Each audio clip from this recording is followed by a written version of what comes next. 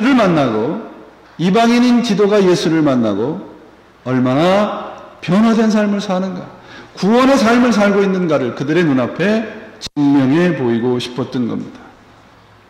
또한 예루살렘에 들어가는 것을 2절에 보니까 계시로 인해서 갔다 그렇게 되어 있습니다. 계시로 인해서. 이 본문이 오늘 말씀이 이 말씀을 가지고 사도 바울의 신학에 대해서 많은 도전이 있는 본문이에요.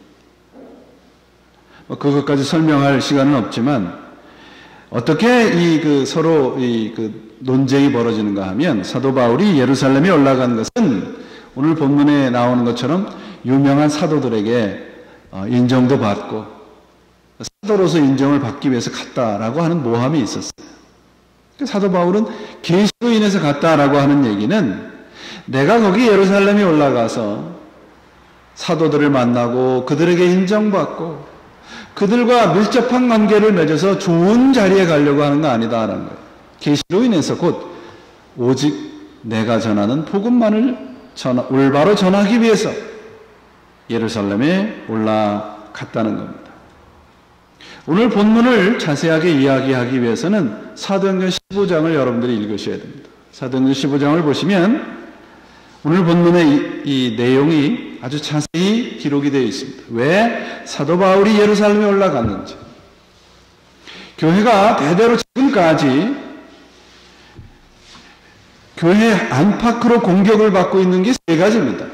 하나는 박해, 예수를 못 믿게 하는 거예요. 지금도 얼마나 많은 세계에서 얼마나 많은 부분에서 나라에서 예수를 못 믿게 해요. 두 번째는 이단입니다. 여러분들이 들으셨는지 모르지만 뉴욕, 뉴저지, 한국 말할 것도 없이 신천지라고 하는 이단이 기승을 부리고 있습니다. 교회에 들어와서 신앙생활 열심히 하는 것처럼 해서 교인들에게 기존의 교회에 대한 얘기들을 자꾸 비판을 해서 자기가 속해 있는 이단 신천지로 끌고 가는 거예요. 이단입니다. 두 번째가. 세 번째는 뭐냐? 분열이에요. 분열. 뉴욕, 뉴저지에 지금 얼마나 많은 분열된 교회들이 있습니까? 그 이유가 무언가 하는 거예요. 신앙생활 제대로 못하기 때문입니다. 신앙이 뭔지 모르는 거예요. 복음이 뭔지 모르는 겁니다. 사도행전 15장은 이단의 공격으로 인해서 교회가 분열되는 것을 막기 위해서 사도들이 예루살렘에다가 흩어져 있는 소위 목회자들을 다 모은 겁니다.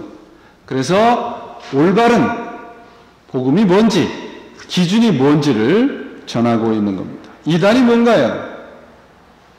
예수 그리스도 이외에 다른 걸 전하는 거예요. 시작은 비슷한데 끝이 다른 게 이단입니다. 끊임없이 초대교회에서부터 싸워왔던 이단은 뭐냐? 바로 율법주의입니다.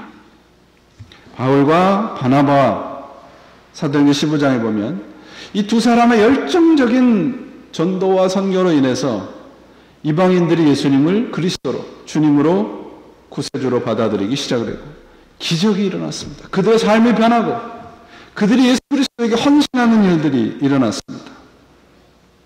그런데 유대로부터 온 유대 그리스도인들이 안디옥 교회로 내려오면서 교회가 분열을 겪게 됩니다. 예수님을 구세주로 받아들이긴 했지만 모세가 정한 율법을 지켜야 너희들이 진정한 구원을 얻을 수 있다고 가르치는 사람들이에요. 그들은 성전에서 피의 제사, 번제 같은 것을 그런 제사를 지내지 않을 뿐 다른 것은 모두 다 똑같은 거예요. 강력하게 그들이 주장하는 것은 바로 할례입니다. 할례. 그런데 그러한 혼동되는 다른 복음을 듣고 있는 대상이 누구냐 그러면 이방인 그리스도인으로서 초신자들이에요. 초신자들은 뭐예요? 뿌리가 올바로 내리지 않았기 때문에 흔들리는 겁니다. 내가 예수만 믿으면 구원을 얻는다고 생각했는데 할례도 받아야 되고 율법도 지켜야 되고 안식일도 지켜야 된다고 얘기를 하니까 혼란이 온 겁니다. 어떤 사람은 거기에 넘어가고 어떤 사람은 거기에 반대하고 교회가 분열이 일어나기 시작을 한 겁니다. 사도행전 15장 1절에 보면 어떤 사람들이 유대로부터 내려와서 형제들을 가르치되 너희가 모세의 법대로 할례를 받지 않으면 능히 구원을 얻지 못하리라 하니, 유대로부터 내려온 사람들이 뭐냐 하면 가짜 사도들이에요. 지금 말로 하면 이겁니다. 한국에서 출발할 때는 분명히 집사였는데 미국의 공항에 도착할 때는 목사인 사람들이 있어요. 사도행전 15장 24절에 보면은 사도들이 인정하지도 않았는데 자신들이 사도라고 돌아다니는 사람들. 지금 말로 하면 무허가 신학교를 한 3개월 정도 다니고 목사가 된 겁니다. 이런 사람들 때문에 예수님의 가르침으로 지금 막 신앙생활을 시작하는 이방인 그리스도인들에게 혼동을 가져온 거예요. 그들이 왜 혼동을 했는가 그러면 할례를 받아야 된다라고 얘기하고 율법을 지켜야 된다고 얘기를 하니까, 야, 이게 예수님을 믿는 교회 안에도 차별이 있구나.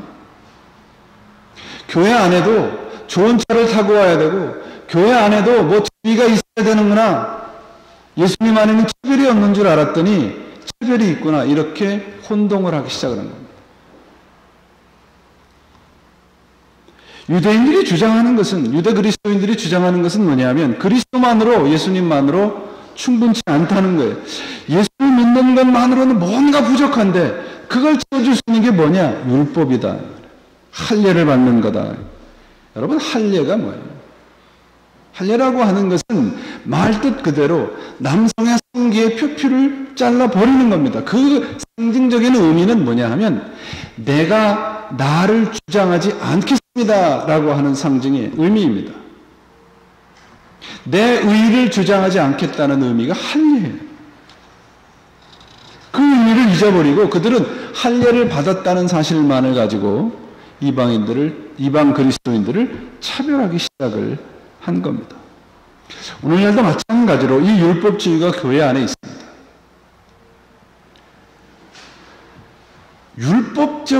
율법적으로 종교 생활을 열심히 하는 사람들을 교회 안에서 믿음이 좋다고 이야기하는 수가 있어요. 뭔가 끊임없이 하는 사람, 뭔가 끊임없이 열심히 하는 것 같은데 사람은 변하지 않아요. 사람들이 뭔가 하는 사람들에 대해서 믿음이 좋다고 얘기를 해요. 그런 사람들 때문에 교회가 지금 분란이 일어나고 있어요. 성경이 말하는 믿음이라고 하는 올바른 믿음에 대한 인식이 없다면 우리는 이런 이단에 빠질 수 있습니다. 이단이란 마치 신비스럽고 거창한 교리를 주장하는 게 아니라 비슷한 걸 주장하는 거라고 그랬잖아요. 비슷한 거. 성경이 말하는 복음, 믿음이 뭔가? 에베소서 2장 8절과 9절에 이렇게 얘기를 해요.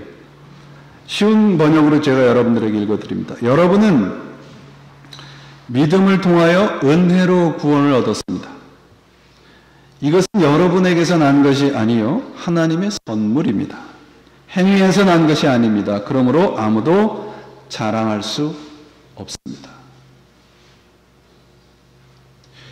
영어 표현이 by grace through faith라고 되어 있습니다.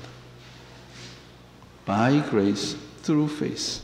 그러므로 내가 구원받은 것에 대해서 아무도 자랑할 수 없다는 거예요.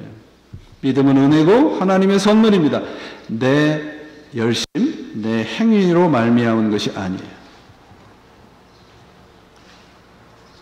여러분, 믿음의 반대말이 뭔가요?